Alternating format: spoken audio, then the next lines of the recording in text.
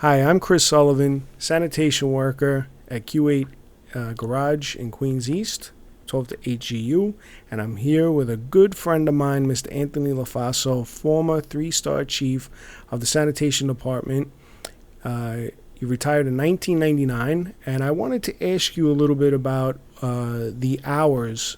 When you first started, were they difficult for you getting adjusted to the hours? They were very difficult hours. The hours were 7 at night to 4:30 in the morning with an hour lunch. You worked 8.5 hours. It was a 42.5-hour week. That was much worse than that. It used to be 5.5 days, 50-hour week, as I recall, before I came on the job. And Mr. Delory and the union, they worked hard to end those hours. I believe in some of the collection that I gave you, you might have some photographs, Chris, of sanitation workers protesting the 5.5 days, looking for 40 hours, 5 days a week. And if you recall, the men had to wear masks. Yes, I remember seeing that. Yes, the only man that not to wear a mask was John J. Delory. And the men were afraid of retribution, quite frankly. And that's why they wore masks at that time. What was it that why did they decide to take up this issue of getting 40-hour, 5-day work week as opposed to all the other issues that they could have taken on? Well, Mr. Delory recognized that 5 days a week, 40 hours was becoming standard in the United States, and he wanted sanitation men to be equal to the rest of the world, to the rest of the labor force. He didn't want sanitation men to be one iota less than any other working person. He had every regard, and in point of fact, he provided us with the effort to respect ourselves. Quite honestly, a lot of the men didn't think much about it. They just worked it and accepted it. And it was Mr. Delory that pointed out that this is wrong. Why should we be different than someone else? We're not any less, we're not any more, but we're men. And that was how the old man talked. That was how he thought. He was a labor-leading genius, in my mind. And I know some guys my age may have had issues with him, but I think that when you look at it on balance, especially even more so now that we look back 50 years, his contribution is enormous and unequaled, in my view. Everything that I've heard tells me that the man was a genius. Without a doubt, and especially in regards to labor leadership. And he didn't have the most cooperative constituency, let's say. Remember, I'm a sanitation worker. I'm a street cleaner by trade, so I can say, forget that I was a chief at one point, but I'm a street cleaner by trade. I understand exactly. But you also worked down in the union hall while he was union president. Yes, I was. I was a member of the parity committee. My district elected me to be a member of the parity committee. For those that might not understand what a parity committee is, could you tell us what the parity committee was in charge of doing?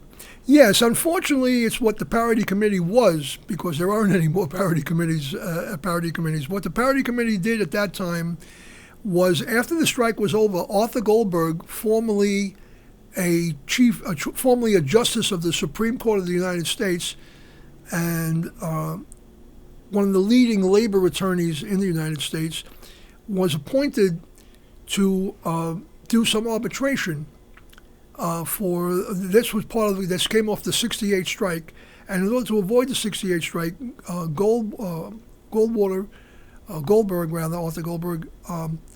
arbitrated an agreement between the city of New York and Local 831, and it was called the Parity Agreement, or the Goldberg Umbrella. And the agreement was that henceforth, in order to avoid labor strikes and to avoid labor interruption in New York City, sanitation workers would earn 90% of whatever policemen and firemen earned. Now, the cry went up that the cops were going to be hamstrung by the sanitation workers and limited in their earning capacity because they'd be held back by sanitation men. But history has shown clearly that the opposite was true. Mm-hmm. We would establish productivity, we would establish why we should get a raise, and then they would come in and say we have to get 10% more than them because we just are who we are. And that's exactly what's happened. And I challenge the leadership of the police union to show me otherwise. So do you think that might That's just a jest, by the way. I think that the cops do a great job here in New York City.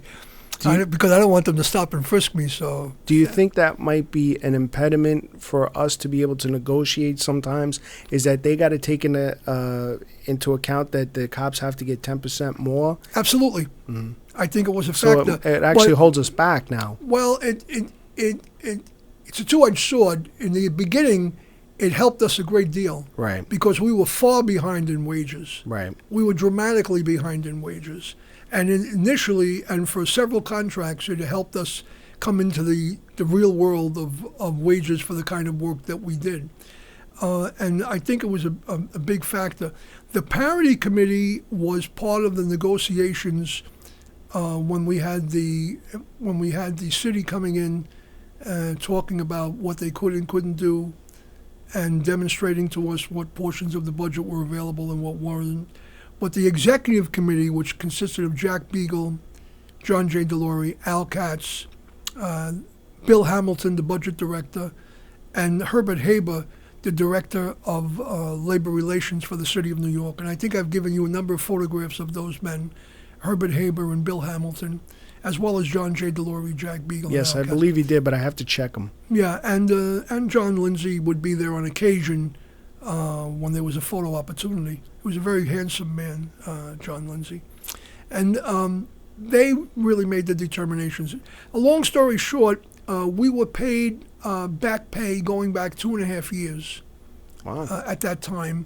must have been And a nice people, check. well, people bought houses based on those checks. Wow, My end was about $3,500. I'd never seen that amount of money in my life.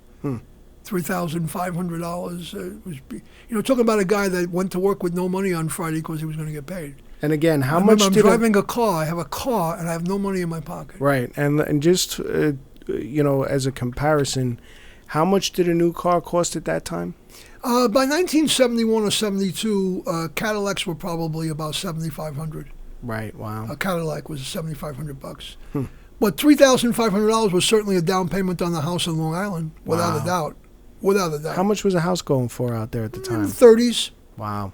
27. I looked at a lot of houses back then, 27, 28,000, around Brentwood and Hicksville and, and those Levittown. Right. And some houses that were more expensive, like 33, 34, they were out of range. $33,000 house was out of range. Some sandmen bought them. You Yeah. know.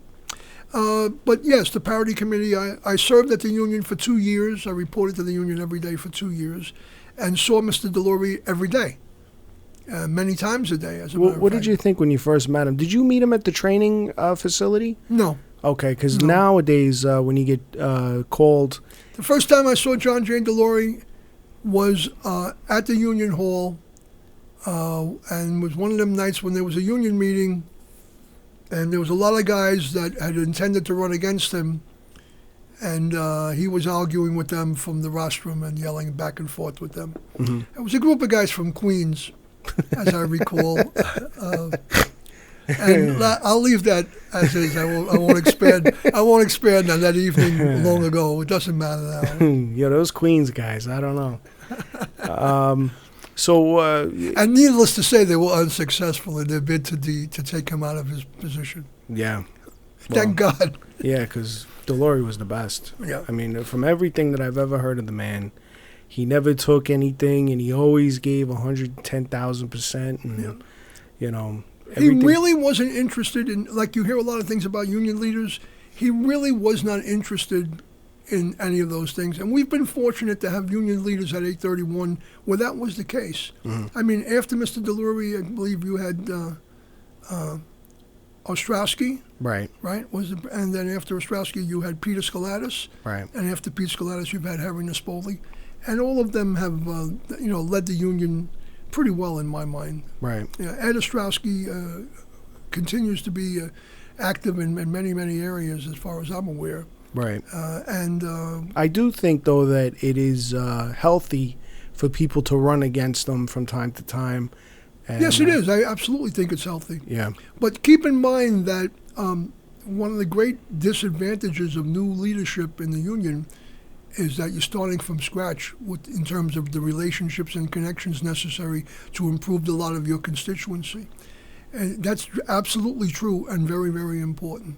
That is important. Yeah. But the other side of that coin, in my opinion, is if the leadership isn't effective anymore, a breath of fresh air with new leadership might be just what the doctor ordered. Absolutely.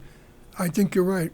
But so you went down to the Union Hall and you met or saw John Delory for the first time when he was going up against some Queens guys that wanted to dethrone him. What was your opinion of him when you first met him? I thought he was a very brash guy, but he had a certain style about how he talked.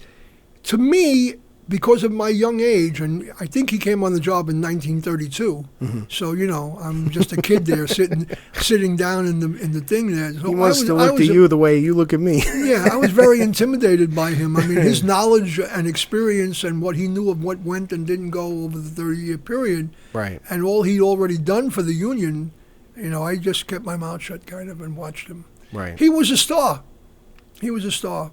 And In my mind, And you were able to see that the moment that, first couple of moments you saw I him? knew that he was something more. You have to remember that the union leaders were well known then. Yeah. The city was different. It was a blue-collar city, so these guys were in the news quite a bit. Right. Like now, I don't know who the president of different unions are anymore. Right. I used to know all of them. Yeah. I used to know them in my head. Yeah. Now I have no idea who they are. They've just got to kind of stay in the background. Because why? Labor has really been squeezed into a corner, and that's why the profile is so low. And I don't know how we're going to come out of it. I don't have that quality. We'll see what happens going forward, but it's been difficult for labor in this country. And unfortunately, and I don't want to get political, many people that are part of labor, they vote Republican. I don't know why they do. But they know that if they vote Republican, they're like stepping on your own foot. Yeah, I don't understand that myself. I don't want to get into all of that. That's really drifting. Well, I will, because I'll tell you right now, Republicans want to take away everything that union workers have. They don't want to pay a lot of money because they want to save their taxes. It's that simple. So, for those of you that want to, decide to vote Republican, not that Democrats are perfect, but they do not believe in unions, and they wish that we weren't there. But they'd much rather privatize it and to a friend of theirs and then split the profits with them. Right. So instead of a whole bunch of people making a decent living, one guy makes all the money. It's quite a bit like these bids that are all over the city now. There must be 30 of them, business improvement districts. It is true that they pay the workers dramatically less. I think they pay the minimum wage or slightly more. But the people running the bid make a ton of money and put it in their pocket. Right. That's the part you don't hear about. Right. In other words, give it to me, it'll cost you less, everybody else will be paid next to nothing, and I'll make a fortune on it. Right. And that's really what's happening. Instead of having a healthy tax base filled with people that can work and live and survive. Yeah. You give all the money to a handful of people, a relative handful of people. Right. So you were down in the Union Hall, and your first impression was that he was brash? Yes, yeah, he was very gruff and abrupt. When you were talking, he didn't let you finish talking too much. I gained that habit from him, I guess. He didn't let you finish talking. And must be the seniority. I think so. I think that he probably heard that whoever raised their hand, he probably heard that same thing 3,500 times over a 30-year period, and he cut the guy off. Because he knew the answer already. Yeah, he knew the answer. Yeah, he wasn't going to sit around all day to wait for your question. He knew what your question was. I ran a skew of him on the parity committee. There was a man by the name of Kenneth Keating, not the senator from New York who blew the whistle on Castro. Another guy, a sanitation worker. And he had gotten hit by a car. Right. Right after the 69 storm. And he was, in a bad way. He was in the Albert Einstein Hospital. He had a bad head injury. And somehow or another, he either called the union or wrote a letter to the union or something. And Delory came down one morning to the third floor, or came up or down, I don't remember anymore. The second floor is where all the delegates are. The third floor is like a little assembly room. The fourth floor is the executive office. Okay, so he came down. He came off the elevator. He wanted everybody to stop what they were doing. And he started bad-mouthing this guy Keating, Andy Keating, not Kenneth Keating, Andrew Keating. Right. And I knew the guy, so I tried to explain that the guy's in the hospital. Boy, Mr. Delory blasted me from one end of the room to the other. Blasted me and blasted me. So I yelled back. So some guy grabbed me by the arm, and I pulled my arm away. At that time, I was a young guy, and I said, "Don't be telling me what to do," all that stuff like that. And it got like a little bit of a crowd. So anyway, Mr. Delory got on the elevator with about 15 guys, and Right. there was always like about 100 guys that were willing to beat me up for Mr. Delory. So later on that afternoon, a few guys came to me and said, "He's going to throw you off the committee. He's going to throw you off the committee. He's going to throw you off the committee." So I get in the elevator. This is later on in the afternoon, and I go down to the second floor. And I never used the elevator. I always used the stairs. Never. And Mr. Delory got in the elevator, and I'm going to get off. He says, "Stay out of the elevator, kid." Door closed. We went down. He says, "I would never hurt that kid." And he just got off the elevator. That's all. He just said, I guess he found out that the guy was in the hospital in the neurological ward. And he never threw you off. Never. Right. No, he just said, "I never hurt that kid." And he got off. No long talking, no long thing, sitting me down, put his arm around me, Right. Nothing like that. Right. Nothing like. He had no time for that bullshit. Right. And I didn't understand politics then. Not that I understand it now, but I know a little more about it. Right. I used to know. He was great for this union, and nothing can change that. His influence was greater than any commissioner. Right. Can you tell us the story of... And we had some great commissioners. I don't mean to take from them. Mm-hmm. I'm just saying that his impact as far as the worker is concerned is John J. Delory. Mm-hmm. Who would you say are our best commissioners? Well, I don't think it's appropriate because I worked with quite a few of them closely and became... No, I mean... I can't say friends, but I worked closely with quite a few of them. are there any that you say were absolutely... I think that more than any other personality, the present commissioner, John J. Doherty, put his imprint on this agency. Mm-hmm. Perhaps Colonel Waring, because he established the agency as we recognize it today, and he established districts, he established sections, he established district superintendents, and he established foremans reporting to district superintendents and district boundaries and the citywide authority to manage. At that time, the citywide operation comprised of Manhattan and the Bronx and parts of Staten Island. It wasn't until 1898 that we absorbed Queens and Brooklyn. Mm-hmm. And of course, we're sorry about Queens, but there's nothing we can do about it now. That's a jest, by the way. Waring did all of those things. And then there was several commissioners that brought in improvements, like when we brought all the equipment in between 1910 and 1914, we motorized the Department of Sanitation, and there was only a handful of horses and stables still in use by the end of the First World War. But John Doherty, because of his long tenure in the agency of over 50 years, has been at the cutting edge, the tip of the spear of so many different initiatives by the Department of Sanitation, co-terminality to be sure, productivity to be sure, new equipment, the two-man truck, recycling overwhelmingly, the closing of the landfills, the export operation, and on, many, many areas. We work together on white goods and many other projects, too numerous to mention now. But so his imprint, certainly, he's one of our greatest commissioners, if not our greatest commissioner. And I know that because of personal issues, local issues and personal issues, people may not see it that way. But when you read world history, I'm sure that a lot of people would say that Alexander the Great wasn't shit because they worked with him and he didn't know how to use a sword and all that. But that's all forgotten. Right. And that's the point I'm trying to make now, that when time goes by, John J. Doherty will be recognized as one of our best commissioners. I think he's great. The only thing that I wish he would do is support getting a sanitation museum a little bit more than he is. I think it's important for the men. I know the cops and the firemen have one, and there's even a transit museum. And I wish that there was a sanitation workers museum, unless he's working behind the scenes to get it. Well, we're not going to have the kind that we want and need without him, right, without the support of that right, office. It's kind of difficult to do that. And ironically, a large part of that would probably involve him, as a display. yeah, and I don't know the reason of that, but as I say, maybe he thinks he wouldn't be able to get it, and he doesn't want to hear no. I don't know. Yeah, I don't know. I'm not privy to the... Sanitation Worker Museum is probably not too high on anybody's list, Well, the union has the power to support it. The union has enough power to support that kind of thing. But on something like that, so important, you want a collaborative effort. Yeah. You don't want a divisive effort where, well, you don't do it, I'll do it. That you don't want. You want everyone working together to get the right thing, because a museum would be so important and so valuable. I don't know the particulars of it at all. But again, I would say, to answer your question, I would say he's certainly among our best commissioners. Yeah, I agree. Because I know of, he took up so much, he was here for so many initiatives and so many programs. And some of them were critical. The changing of the from 3-men to 2-men truck.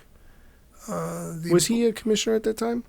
No, he wasn't the commissioner. He was in the later stages, he was the deputy commissioner for operations, because it took us a long time to go from 3-men to 2-men. It took us about 10 years before we finally... Why is that? I think the reason for that was several. I was in the middle of all of that, and I was the chief in charge of the transition. But that was a fake being in charge. I worked for Chief Zalo, but he liked to call me that because he knew it would break my balls. So, who was Chief Zalo? Could you tell us a little about Mr. Zalo? Chief Zalo requires his own show. He was the chief of collection operations. He was a street cleaner like me. He started in the Bronx in 1950 and became the chief of collection operations around 1972 or 73. And when I worked in his office, I had been a borough super in 2 different boroughs. I had almost 25 years on the job and worked in a variety of applications. And when I went to work for him as his assistant, I was assistant chief of citywide collection operations. I felt like I was a kid just started at Randall's Island. I remember hearing a lot of the stories. That's on one occasion, we were just about to take the report. For those of you who don't know the report, and I'm getting way ahead of myself, but anyway, we're about to take the report, the lunch report. At that time, all the borough commands would collect the data from the districts. They would summarize it, and then they would call into the citywide office, and we would find out how things were going in the street. And I got up to go to leave the room. So he said, "Lofaso." I says, "Yes, Chief." Remember, I called him Chief. I'm his immediate subordinate. I says, "Yes, Chief." He says, "Where are you going?" I said, "I'm going to the bathroom." So he looked at me with kind of a frown, and he says, "All right, hurry up back." 25 years on the job in the borough super. I've had sandmen 3 weeks on the job. They don't like how I talk to them. I've lived it and experienced it. So all of you young guys out there, watch yourselves closely before you think who the hell you are. I was 25 years on the job and had been a borough commander. In Brooklyn, I had 1,400 people under my orders. I went in and worked with Chief Zally. He says, "All right, if you got to go to the toilet, go ahead, but hurry up back." I always remember that because it was an exercise in humility. I love that. And there's story. a lesson there for everybody, not just me. I love that story. So I hope the people out there appreciate it. A lot of this is tongue in cheek, but it's true. Pretty much, almost entirely accurate. And I think that Chief Zalo is still with us. Yeah, that's I think good. he's about 86 or 87. Yeah, that's great. And when did he retire? I spoke at his retirement. Let me just think a minute. I believe 1989. Wow. Yeah, I believe he retired in 1989. And we still have from him Zalo Weeks, which I don't want to go into now, but when you compare a lot of civilians that came on the job to do with analytical work for the collection operation and other operations that we maintain, we were comparing month to month and week to week, which is not the right way to analyze sanitation collection operations. You have to have similar weeks. So we broke it up and we called it Zalo Weeks. And we also have the time of the year, which is a critical factor here in New York City. Right. And the areas that you work in to compare numbers. And Zalo knew all of that instinctively, as we all did, because we all learned under Chief Walter Bavasi, who was the generation of chiefs before Chief Zalo. Wow. And Zalo to Bavasi was like Zalo was like a kid, and Walter Bavasi was his mentor. Wow. And so we have the long green line from the Bronx that rose to the top levels in New York City. John R. Schmidt, who was the chief of staff when I started the job, when I was a Sandman, he was the chief of staff, which is now called Director of Operations, which I believe Mr. Nucatola has that job right now.